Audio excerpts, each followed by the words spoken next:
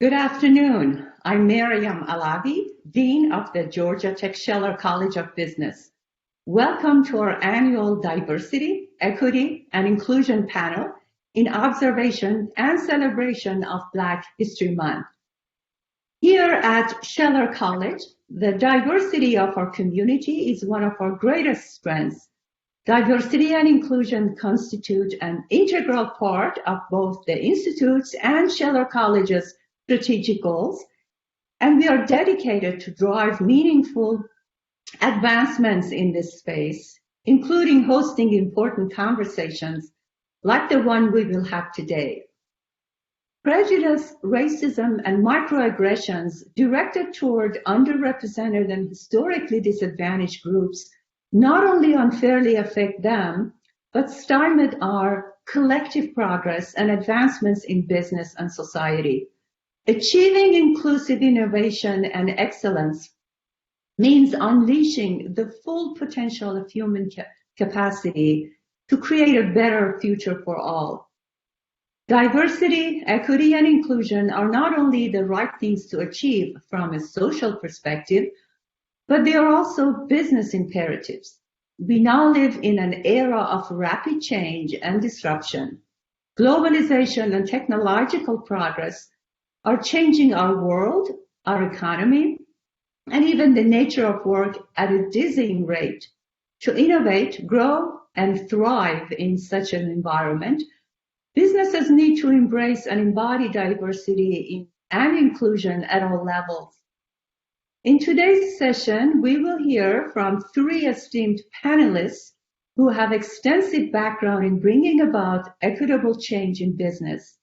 I'm eager to learn from their expertise, wisdom, and experience.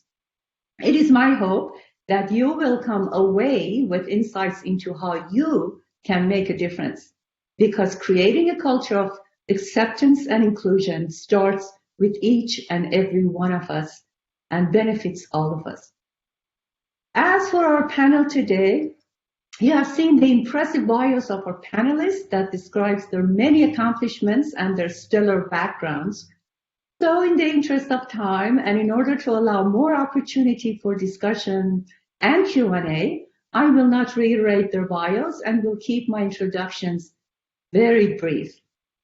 In alphabetical order, we have Kelie Charles, Senior Director of Diversity and Inclusion at the Home Depot, Keyra Lynn Johnson, Chief Diversity Officer of Delta Airlines, and Sue Schmidlkofer, Global Director of Diversity and Inclusion at UPS. Welcome, panelists, and we are thrilled to have you with us today. I will ask a number of questions from each of you, and if I ask a question from one of you and another panelist wants to also provide a response or comment on that question or response, please feel free to jump in.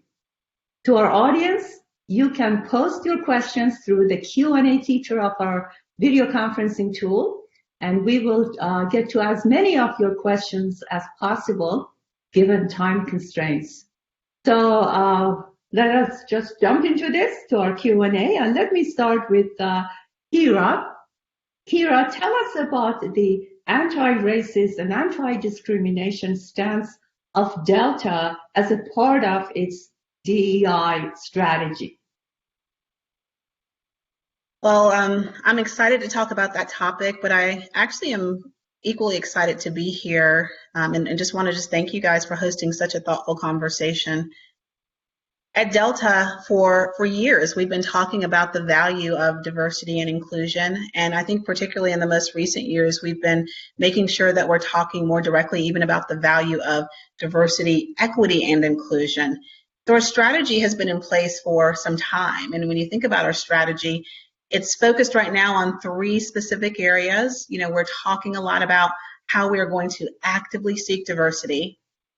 We're also talking about how we're going to boldly pursue equity, and we're talking about the steps we're taking to consciously promote inclusion. But it probably comes as no surprise to all of you that in the midst of not only a global health crisis, but what we all saw last year, you know, a social justice reckoning, that we really took a hard look in the mirror, and we took a hard look at our commitments, and we took a hard look at our responsibility to make sure that we were doing all that we could do. And we discovered that there was more that we should be doing. So our anti-racist and anti-discrimination stance really is part of our broader DE&I strategy, because we realized that we had to get to the root of those pain points and address some of those barriers to progress. You know, we've made it very clear internally and externally that anti-racism, it doesn't take the place of our broad or our holistic approach, but it is an area where we understand that we've had to give much more attention and support. So we realize, like many of you have, that it's not enough just to say, you know, we aren't racist, but to say that, you know, you are anti-racist. I think fundamentally all of us would agree that, you know, there's nothing good about racism. But to really come out and say as an organization that we are an anti-racist company was really important to us. It was important to us not just to say that, but actually to put some actions behind what that actually meant, because we wanted to be clear that this couldn't simply be an issue of the heart. Although, let's be honest, all of us were moved in ways that we've never been moved before. So in August, and perhaps you've seen it, and if you haven't, I won't take time to go in detail about it. You can go to our news site. It's on news.delta.com. But in August, we published internally and also shared externally some of the steps that we were going to take to accelerate our DEI strategy through the lens of being an anti-racist, anti-discrimination organization. And I say August, and if you think about it, you know, and we may talk about it later, you know, it took August because before we actually came out with this plan, we took some time as an organization really understand some things that needed to change, not just announce some things that needed to change, but actually understand some things that needed to change. And after a series of conversations and taking opportunity at every level of the company to grow in the area of understanding, we took a look at some of our pain points as an organization, and we mapped those to some of the pain points of society. So we came out and we said, yes, we're going to rebuild our company to reflect the world that we serve. We're very proud that we connect the world, but we want to also reflect the world as an organization. We said we're going to reimagine and redefine our talent strategy, but not just with words. We're going to talk about what that means for our hiring slates and our interview panels, what that means about being intentional about the representation that we need, what it means about perhaps barriers we've put in our process that actually disadvantage underrepresented groups, what our active recruitment strategy looks like, what our internal career pathing and progression strategy looks like. So we said we're going to reimagine our talent strategy because we realized there could have been some unintentional barriers that were actually getting in the way of our progress. The next thing we said is we were just going to flat out address inequity. And when we say we're boldly pursuing equity, that's what we mean. So we were going to lend our voice and our brand to things that were in our community that actually said we're going to support justice and we're going to support equity. So we decided where we're going to put our brand and put our brand behind that and leverage our influence in that way. We're going to look at where we spend our PAC dollars. We're going to look at what legislation we should support. So we're addressing inequity in those ways. We're going to create more opportunities for underrepresented groups, and that's through partnerships. Many of you have been reading about 110, maybe through Operation Hope, various coalitions, how we spend our money in the community, how we leverage our supply chain and support our Black business partners. And then, of course, we talked about how we're going to continue training and education at every level of the company, not just through the lens of DE&I, but through the lens of anti-racism. So it was really important for us to make sure that, you know, we didn't really just talk about DE&I in the same fashion in which we talked about it for a while, because while we had made a lot of great progress, we realized it simply wasn't enough. So the anti-racism step was something we were really deliberate in taking, and we've put some really good actions behind it that we're tracking and we're measuring, and actually we're going to be quite public in our progress in those areas. Sounds great. We had Mr. Ed Bastian, we had the fortune of having a conversation with him last fall, and a lot of the issues that you're bringing up, he hinted about them, and I'm glad to see how things have unfolded since then. So, Kelie, let me come to you and give you an opportunity to tell us about the essence of the Home Depot's DEI strategy. Thank you. I'm also very excited to be here today and to speak with you all. And I think very similar to some of the things you all just heard. At Home Depot, we've also had a diversity and inclusion team for more than a decade. But we realized that there's more that we could say and more that we could do to really further diversity and inclusion at our company. And as we talk about it, one of the things is we're moving from a diversity and inclusion organization to diversity, equity, inclusion, which was just mentioned. And for us, we started with how do we talk to people in a way that everyone kind of understands what that means. And so there's a really kind of unique and fun analogy. I heard this somewhere, so this was not unique to me, but I like to use it as a way to even describe it. And as we talk about it internally, it's a great way for us to share it with our associates, and they go, gosh, I get it. But it starts with diversity being something you think of when you're having a fantastic party, right? So you want to have this great event, and as we talk about, I always said, think pre-COVID, right? Or we were having parties.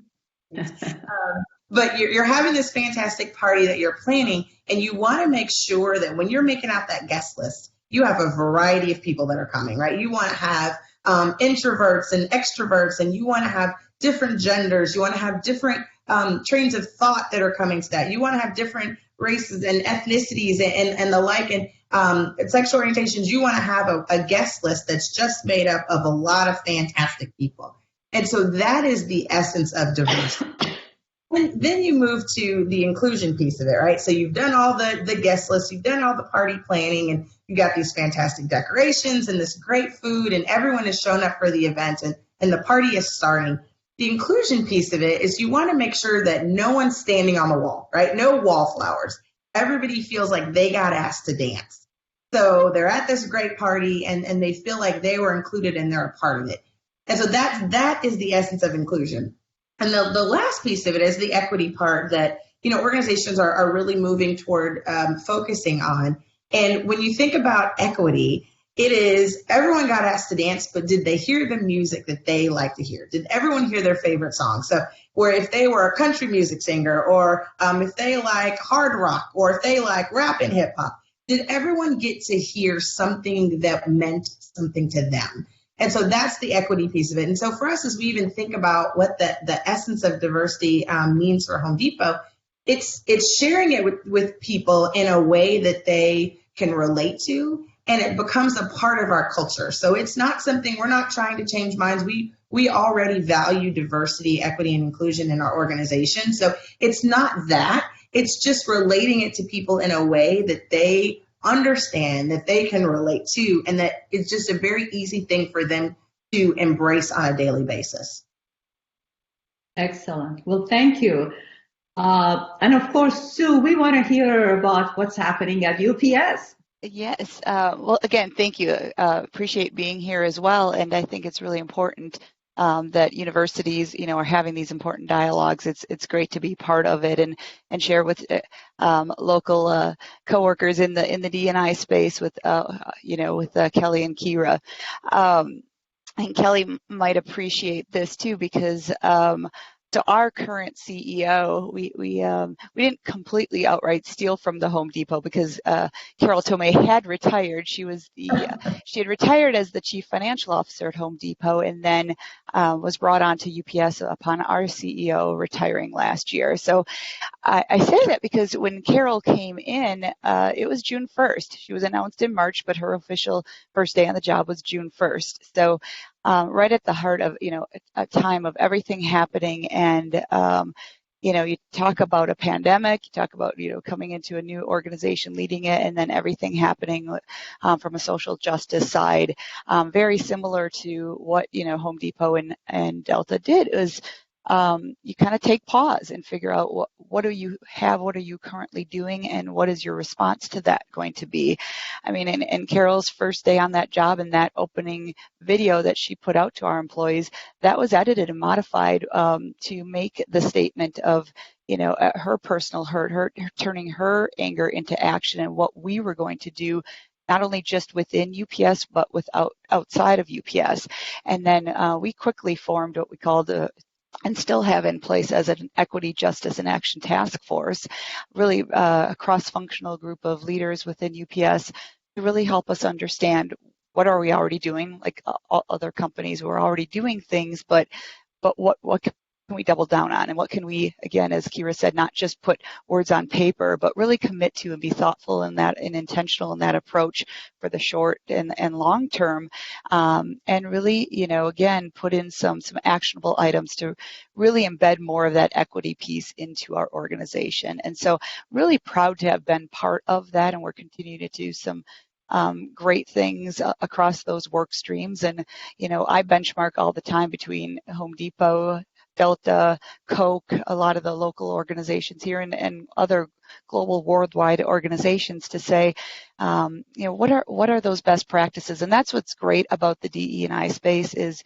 you can reach out to your partners and say, what are you doing? What's working for you? We've just recently UPS signed on to the Atlanta Action for Racial Equity, which I think Ed Bastian is helping spearhead as well. It's things like that, those collaborative, those partnerships that we're really working to say, what can we do more?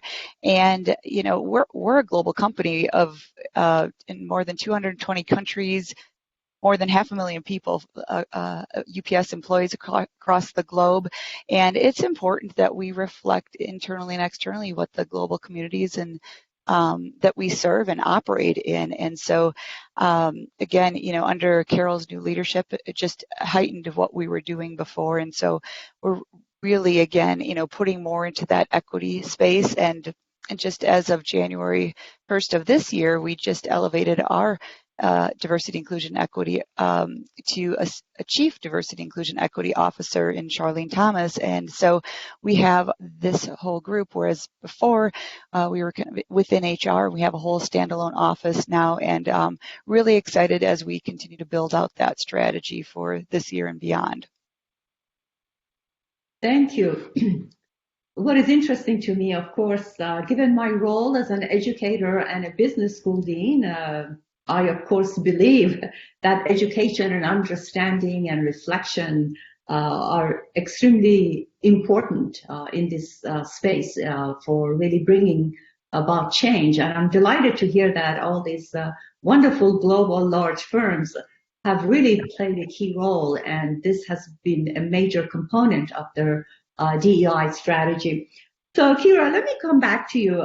You are of opinion that when it comes to diversity, equity, and inclusion, everything communicates, not just words. Please talk about this. You started to address it a little bit in your opening remarks, but please elaborate on that a little bit. I think if you think about it, we've probably been saying this all our lives that, of course, actions speak louder than words. And so I think that's a part of what I mean when I say everything communicates. And as an organization, when you hear people now challenging one another, saying everything communicates, I think the other thing is often when we think of communications, we think of things through the lens of formal communications, what we write, what we say, what we release, what we put out. But we've really been taking a look not just at our actions, but the other more subtle forms of communications. I would call them the little c communications. They might even be verbal communications. So we're beginning to take a hard look at things like our gatehouse announcements. We welcome ladies and gentlemen, and we've asked ourselves, is that as gender inclusive as we want to be? We're looking at some legacy language that exists in some of our employee manuals and getting to the root of the way some things are described and saying, does that actually send a message of inclusivity? So I think when we say everything communicates, it often means that you've got to look beyond the things that we tend to see on the surface through a lens of ER or CorpCom or even out of the Office of Global Diversity and Inclusion. And you've got to really get into your systems and you've got to get into your processes. When you look at your job descriptions, what are your job descriptions communicating? Does it communicate a certain type of employee that you're looking for? Does it communicate a ceiling? Does it communicate a barrier? So we're really taking a hard look to make sure that not only the words that we say and the formal ways of communicating, but even our systems, processes, and policies are communicating and reflecting our culture of diversity, equity, and inclusion. That's great. Makes great sense. Thank you. And Kelie, how do companies can hold leadership accountable for making DEI a priority within their scope of authority? So it's a great question. I think it relates back to the question earlier, even around that. And so as for us, it's about ingraining it in our culture. So if I know you all have been at Home Depot and you've seen associates in the orange aprons, and there's a value wheel that we wear over our hearts, and a couple of our core values really speak to it. There many of them it's woven in, but if you think through two specific ones, and one is respect for our people, and the other is taking care of people. And so for our leaders, it is something that, again, it's ingrained in the conversations that they have. It's ingrained in how they relate and make decisions about business.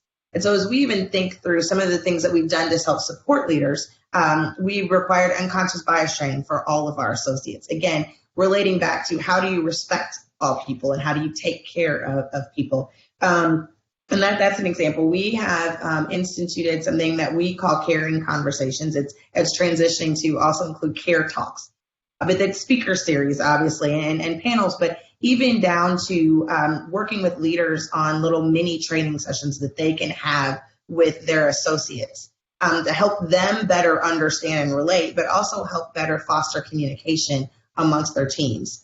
And so it's really figuring out how we ingrain it in our culture and even down to community partnerships. So having our leaders lead in the community. And so that's another part of it for us that it's really important. We've committed $35 million to organizations around social equity and social justice since 2017. And so again, ingraining it in our cultures and really making sure that our leaders live the core values that we have. So there's a lot of things that I think we are supporting, even when you think about internally as we look at the different communities that we have. So we have a partnership with Women Who Code. We've got partnerships with the Hispanic Alliance. We have partnerships with the LGBTQ community. So again, having our leaders lead through example is really one of the values, and again, how we really help support the entire organization. Thank you. I've seen actually, or it used to be that a lot of your leaders had to put that orange apron on and actually work in the stores just to get a better sense of how to communicate, how to relate, and how to help people. So, this is sort of a related question that I asked Kelie, and Kelie started to get into that. Kelie talked about this issue around that ingraining DEI in the culture. So, of course, leaders need to create a culture of diversity, equity, and inclusion in a company. But what are some of the behaviors that are exhibited by successful business leaders to achieve this? You started to talk a little bit about the new CEO and Carol Tomei. So if you kind of expand on that, that would be great. Well, Kelie mentioned she mentioned unconscious bias training. Absolutely, we've done that as well. We continue to do so, but I think being aware of our own unconscious bias, right? I think good leaders admit that we're human, that we have biases, and they work to help mitigate them, right? I think it's really hard. People say, you got to eliminate your biases. I don't know that you can fully eliminate every bias you have, right? But it's slowing down and taking pause and being aware of them, and when someone's trying to give you feedback that you might have that you're receptive to it, right? And we slow down and we take pause.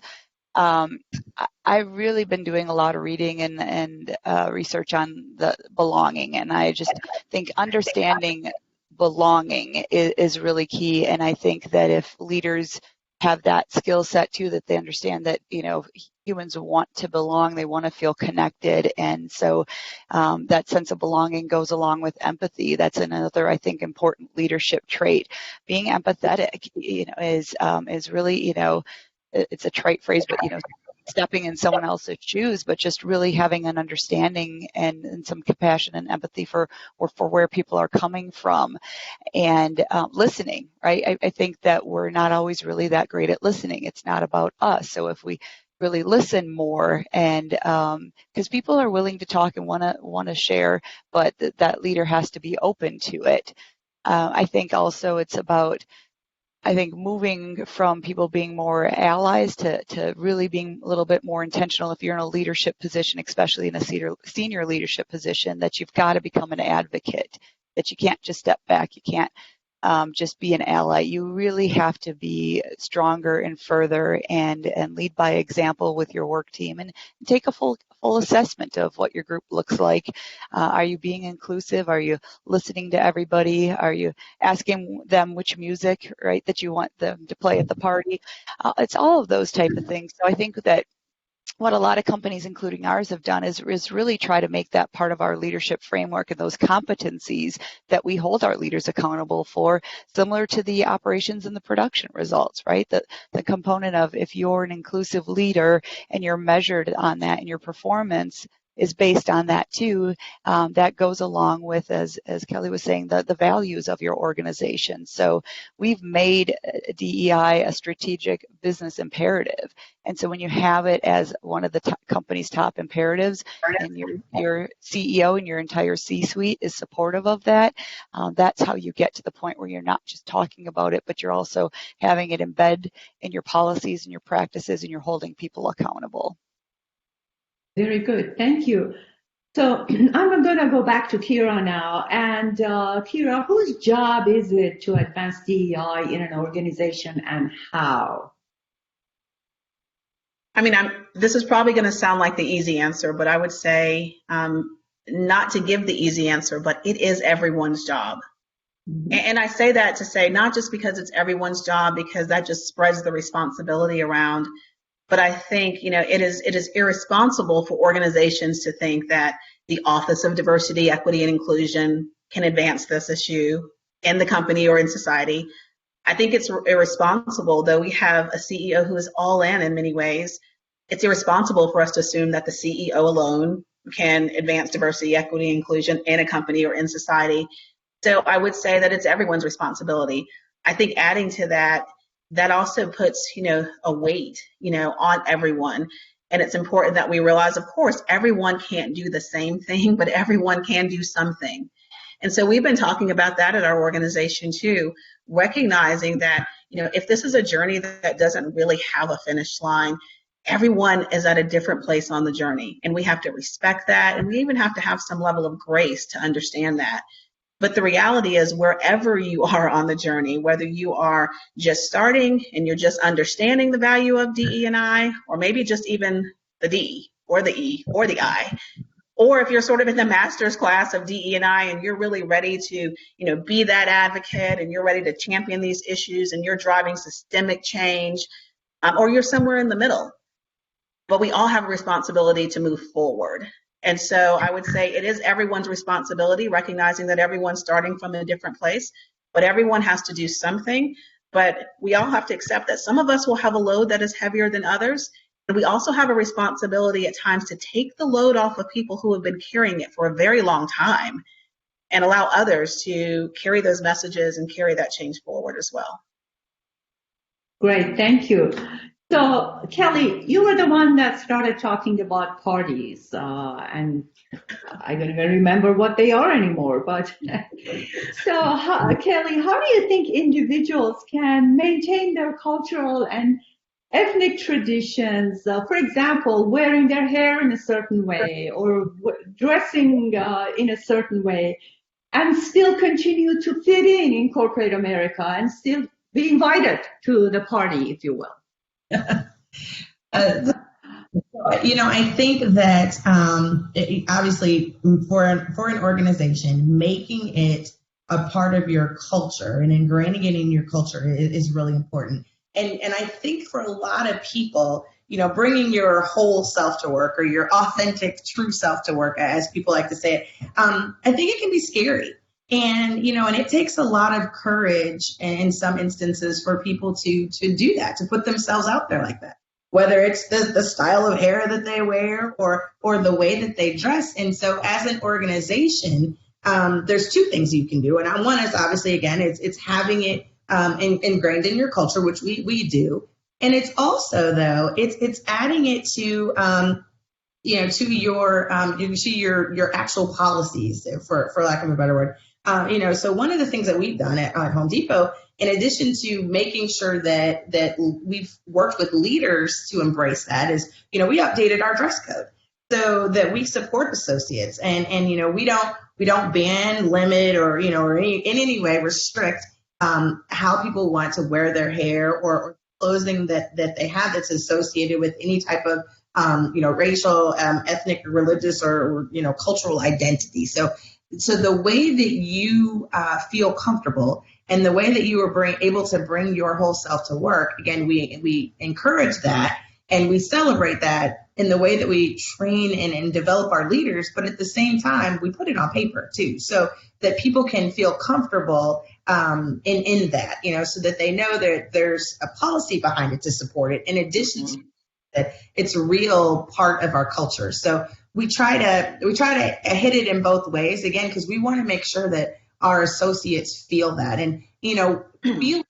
and being able to come to work with that helps with diversity of thought. Right now, all of a sudden, you feel better about speaking on a subject in a certain way, asking a question that someone else might not have asked. It just helps you, again, feel more comfortable and more accepted in the workplace. And then that just permeates everything that you do on the job. Great, thank you. So how do you define and measure DEI, success of the DEI initiative at UPS? That's not an easy answer, right? That's not a one that. That's not an easy question. You can give me an easy answer, but it's not an easy question. It's not an easy, yes. Well, there's a couple things I think you can look at. I think it's hard to measure the inclusion piece, right? How do you measure inclusivity? We are using our internal culture survey to do that. There are certain items in there, like Kelie mentioned, the authentic self, or my manager respects my opinion and my thoughts and perspectives. We're using the likelihood to recommend, right? That I would recommend UPS to my qualified friends and family for employment. If it's not something if you don't want to work here, you're not going to recommend your family and friends to work here, right? And so that measure of you feeling like you belong, you're connected, you're engaged, and you're going to give your discretionary effort, we think also pertains to how you would measure, and respond favorably to that item. And so that, we track. So that's, an inclusion piece. You can measure that you did trainings on people, but how do we know that stick, right? And training is just one component. You can look at retention. We do look at and say, are different employees at different levels from different backgrounds leaving the organization at a different rate than others, so that turnover rate is important. Your workforce representation, just from a diversity standpoint, from women across the globe and minorities within the U.S., and that's certainly a measure of diversity. You can look at your board. We definitely have done a lot in the past half year over our board diversity and within our senior leadership levels. Workforce diversity isn't the only thing too. Our cross-functional approach also includes what we do from a procurement side, right? Our diverse supplier spend. So are we engaging with women and minority-owned businesses, LGBT-owned businesses, veteran-owned businesses, disabilities? So that's another measure. What we're doing with our customers and diverse customer and our marketing segment and small and medium businesses. That's another huge area that we're really doing a lot around too. The community space, right? What is our social impact in the communities we serve?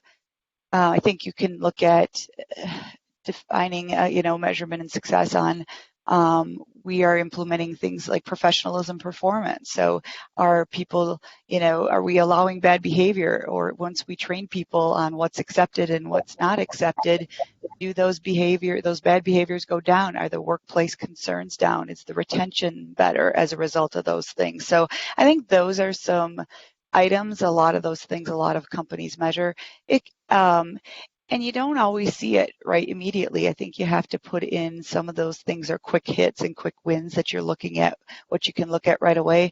And some, again, take time to do it. Workforce representation especially is one of those that you're looking over the long term to see, what things you need to look at within your organization to change to really make a lasting impact. Because again, any of us on this, can go and say, well, okay, we're going to increase the amount of women representation or the amount of Hispanic representation, but just does it stick, right? Is it doing it the right way? And or if people aren't feeling included, you can have all the diversity you want, but it's not going to work in the long term too. So I think those would be some examples I'd say that I find that we use and that a lot of other organizations do as well. Well, certainly you gave us a very good, comprehensive, long list of ways of looking at, in terms of measurement, to look at success and sort of look really like a 360, not only internal to the organization, but in relation to customers and in relation to partners, business partners as well. So I'm going to ask this question, really the same question from all of you. One of the challenges faced by very large and global businesses like the one you are representing here today is making sure that the message of value and the value of DEI are shared across the organization. Sue talked about UPS having 500,000 employees globally and operating in 220 companies. I mean, these are huge scales of operations and for an organization. And we all know that communication is one of those processes that it doesn't matter how much you do, still you can do more. So give me a sense of how your organizations go about communicating this very important message across these huge, vast organizations. And let me start with Keyra to respond to that. So I think it is probably the more modern day definition of communicating. It goes back to often when people think about communication, they think about words again. And I think we all talked about it earlier. Communicating is also about listening, and it's also about understanding. So I would say one of the most effective communication strategies that we've taken is we've really infused the importance of understanding into our culture. And similar to, I think, what Kelie shared, and I know you guys do something similar at UPS, our town hall series and we call them Let's Talk About It, and it could be any topic, ripped from the headlines or what's happening right now. We've really allowed this not just to communicate with headlines and with words and with stories. We've allowed this to communicate through the lens of understanding. And so we've given people opportunities to listen, to learn, and to be informed. And I think through that lens of understanding, you're getting a level of stickiness because all of a sudden they are not hearing words that are important. They're understanding why those words are important. And then understanding drives different actions and different behaviors. So I would say when you think of, the broad scope of employees that we have, in countries all over the world, serving millions of passengers, the reality is communicating to them is an effective vehicle. But we've really taken a step back and, perhaps COVID allowed all of us to do that. If we're honest, our operations are even a little slower now. So it's been an opportunity that we haven't wasted those moments with our employees. We've used this as an opportunity to bring in speakers and to have someone like Brian Stevenson and come in and talk to our organization about the value of truth telling, and to have, Mayor Keisha Lance Bottoms come in and talk to us about the history of Atlanta and why an organization like Delta, headquartered in the home of the civil rights movement, why it was important for us to accept our reasonable responsibility in all of this, to have Ambassador Young, John Hope Bryant, Dr. Bernice King, having those leaders come in and talk to and with our leaders and our employees has really birthed a sense of understanding. And I would say through that lens of understanding, that's actually been our greatest communication tool to reach our employees all over the globe. Excellent. Kelie, what is the Home Depot approach to this issue around a huge organization and getting communication or, as Keyra talked about it, understanding spread it across the organization? Yeah, Keyra brought up some great points that I'm going to echo, and I think for us, it's the dialogue with people. So we do speaker series, we do panels, and when we think about the panel discussions that we've had, we've tried to have associates on the panels that are sharing their stories. And in sharing a personal story, it allows someone else to hear it, but more relate to it. You know, and some of the feedback that I've gotten, we've had some leaders on the panel, and associates have said, hearing their story and the things that they've gone through has made it more, I would say, more real, right? Because sometimes too, honestly, we put leaders on a pedestal, and we think the things that happen every day don't happen to them. And so having leaders come out and share their stories has really helped foster some of that understanding. And it's made it relatable. And so now all associates are able to talk to each other, and they're able to communicate with each other. And I think they're more open to listening and hearing and understanding. So that's one of the things that we've done. Even the training sessions we've done with the caring conversations are on a smaller level, or the small group things that are happening within specific functional areas. So within a technology group or a supply chain group, they're having these types of discussions just amongst their teams. And so it's breaking down walls, and it's allowing people to listen and hear. And, you know, one of the things and everyone's heard this whole, it's kind of a cliche, but the seek to understand. And that's really been the foundation and the root of the types of messages that we are communicating.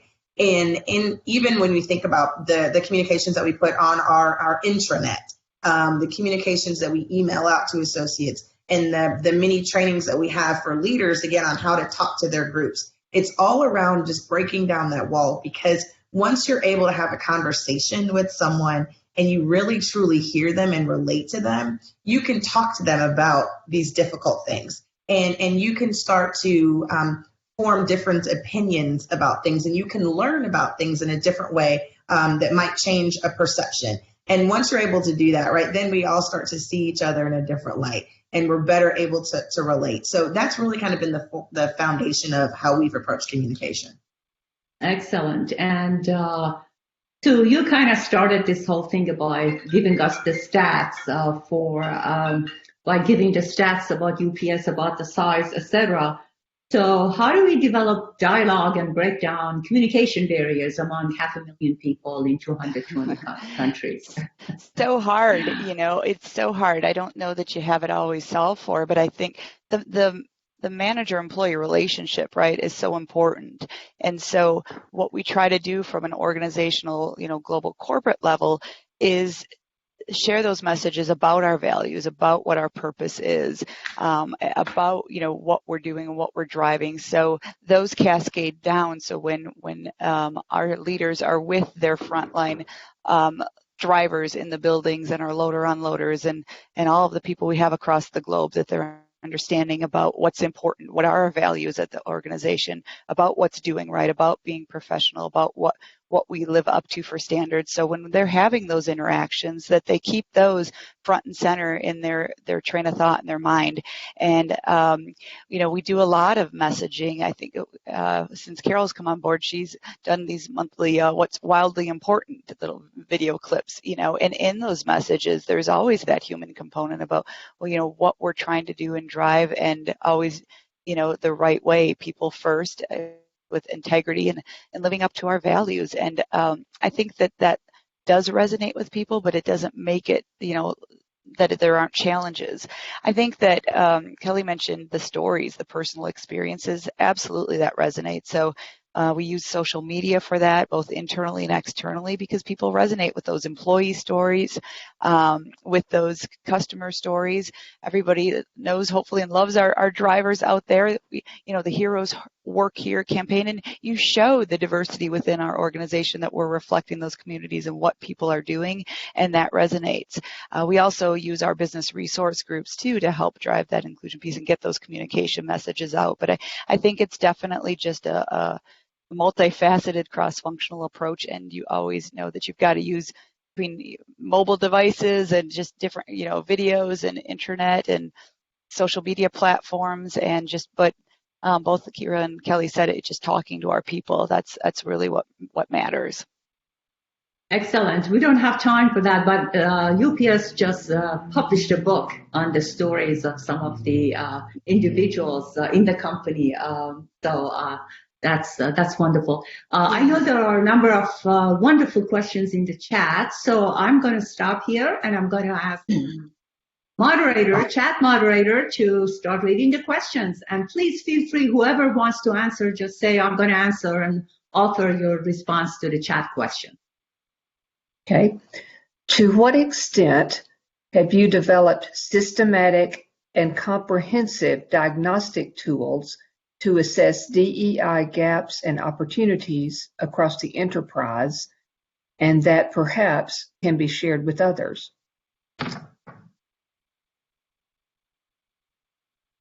Well, I'll start. I would say I'm not certain that we've developed as many of the tools ourselves, but there certainly are some tools that we're looking at and we've leveraged. And maybe even more than tools, there's some processes that we have put in place. And so I would say if you haven't had a chance to check out, so, shameless plug perhaps for our partners at Korn Ferry, because they've done some great work in the space. But they do have a D&I maturity model. And it is actually an interesting tool to actually look and see sort of where you are on this 1 to 5 scale in your DEI maturity. I think for an organization like ours, and I would imagine it would be the same for the Home Depot and UPS, we realized that looking at that at a sort of a macro level gave us, 1 DEI maturity score. But, there are many areas of our company, and so we actually have to look at that from a division lens. So that's one tool that we want to look at to actually assess where we are in the process. I would say ongoing things we do to assess is we do look at our corporate engagement scores, which do have some really specific inclusion metrics around sense of belonging, equal opportunities, free to speak my mind. We value diverse thinking and styles. So we look at that on a regular basis, both through our annual survey and then regular pulse checks. And then, of course, it's really important to us, just like we measure every area of our operation, we want to make sure that we're doing all we can to get you there on time. We want to make sure we're doing all we can to get you there safe and with your bags. We also want to make sure that our representation of our employees reflects the customers that we serve. So we look at those gaps, and we look at the gaps between our front line and our leadership team. We're looking at how far off we are from census data.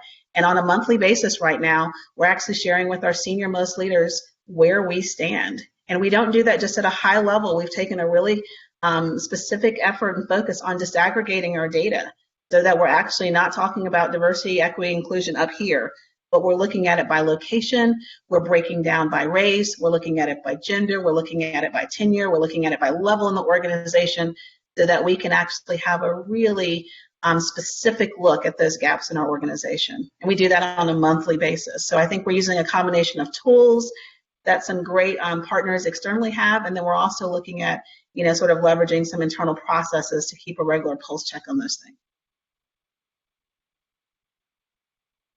Okay. This question is two-part. While this is a critical conversation in this and all moments, how do you maintain the prioritization of these initiatives and culture changes within your organizations? And how do you make sure these are not considered siloed CSR initiatives and instead change the fabric of your companies? This is Kelie. I'll start with that one because I think we talked a little bit, or I talked a little bit earlier about the ingraining these things into the culture becomes so important. And for us, again, going back to the values that we live by, the respect for our people, taking care of our people, when you relate the things that you're doing back to your culture, your core values, it isn't something that becomes fly by night, right? It becomes something that people within your organization truly live and breathe.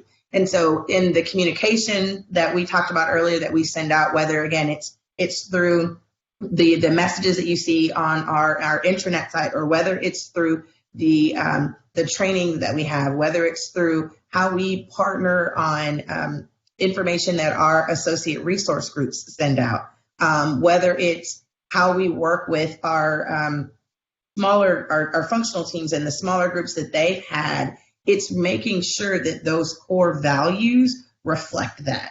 So, and even when I mentioned around changing and changing our dress code and how we communicate to leaders that we will allow and we will celebrate people coming to work in the way that they are. Once you ingrain all of those things into your culture, it just becomes something that people do. And so then you don't have to worry about the next thing, and people moving away from it, because it just becomes something that they do. So one of the things that for us that we talk about is we're more in the business. We're not just in the business of home improvement. We're also in the business of taking care of our people. And again, it relates back to our core values. And so we constantly talk about how diversity, equity, and inclusion is about respect. It's about taking care of our people. And so we make sure that it's top of mind for everyone in how they talk to each other in the office and at work. It's how when they're going out into the community and supporting it, it's in how we are advancing our talent. All of those things relate back to those core values. And because of that, it's going to allow this to continue on for us, and it doesn't become something that's just for the moment. Yeah, I just want to add to what Kelie said, because I think it's so good, talking about it through that lens. And the only thing I would add is I think it comes back to what we talked about earlier. It comes back to making sure that people understand the why. Because if they understand what, we can tell people what to do and what needs to be done. But if they understand what, that's going to make it an initiative, or that's going to make it a moment.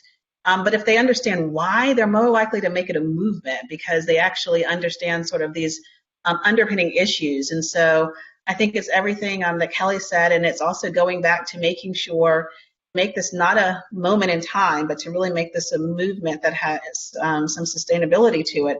I think we've got to make sure that people really understand the why. I think there's just a lot in it. Why really motivates people more than what.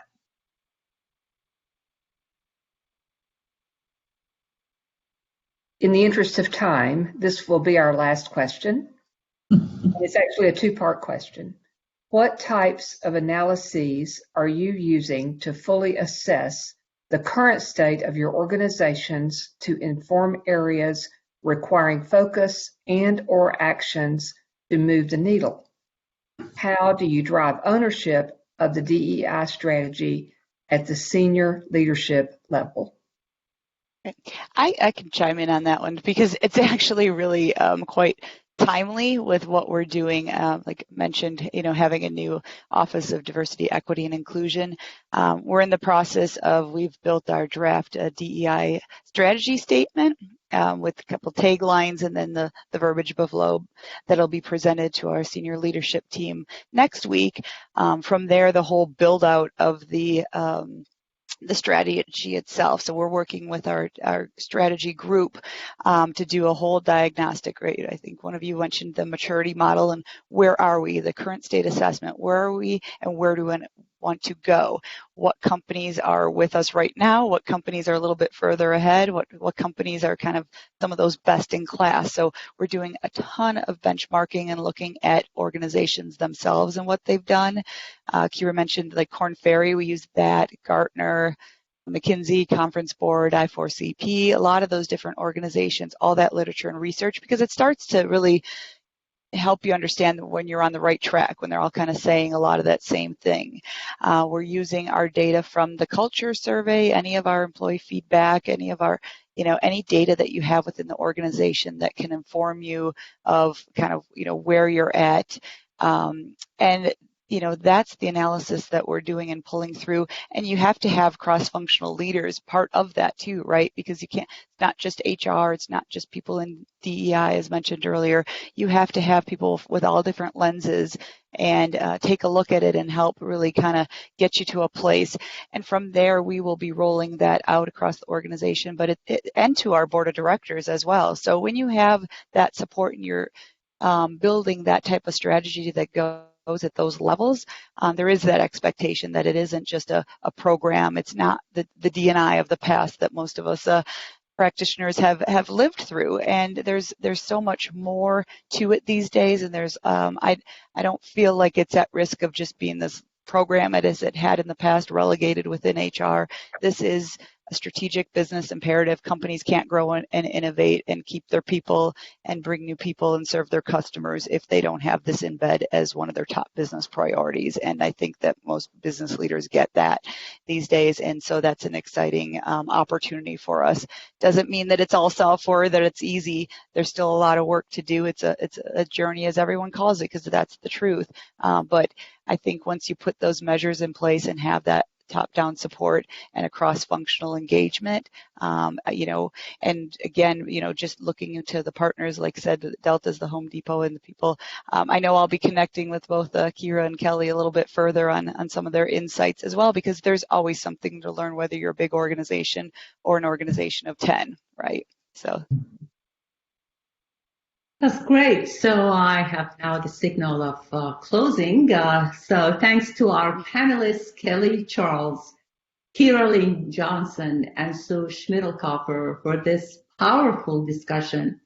I'm sure we have all come away with an even deeper understanding and appreciation of just how important it is for individuals, teams, and corporations to actively engage in bringing about major change in this area.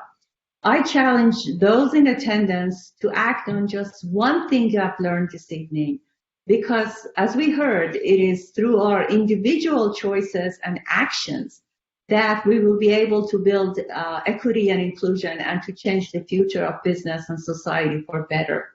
Thank you to all our audience for taking the time to attend this discussion. This concludes our program, and have a good evening. Thank you. Thank you.